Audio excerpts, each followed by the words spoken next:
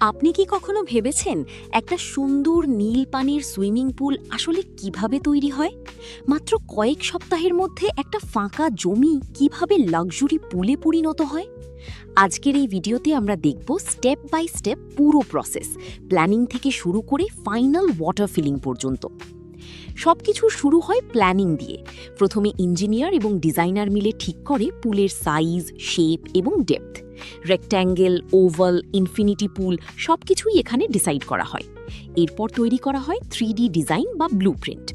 এই স্টেজেই ঠিক করা হয় budget, materials, lighting, filter system সবকিছু। মনে রাখবেন, ভালো প্ল্যানিং না হলে পুরো প্রজেক্ট ফেল হতে পারে। প্ল্যানিং শেষ হলে শুরু হয় সবচেয়ে হেভি কাজ, মাটি খোঁড়া।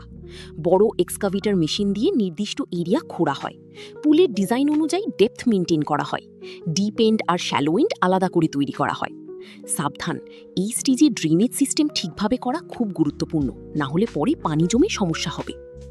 এখন তৈরি হয় পুলের স্কেলিটন।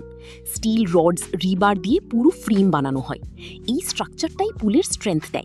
এরপর কংক্রিট বেস ঢালা হয়। এটা আসলে পুলের হাড়।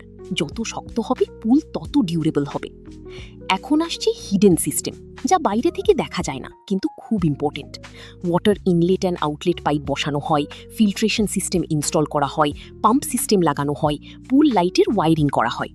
এই সিস্টেমই পানি পরিষ্কার রাখে এবং সার্কুলেশন ঠিক রাখে। এখন পুল আসল শেপ পেতে শুরু করে। গানাইট বা শর্টক্রিট স্প্রে করে পুরো ওয়াল এবং ফ্লোর বানানো হয়। হাই প্রেশার দিয়ে কংক্রিট অ্যাপ্লাই করা হয়। এরপর স্মুথ ফিনিশিং করা হয়। এই স্টেজে পুলের ফাইনাল শেপ পুরোপুরি ভিজিবল হয়ে যায়।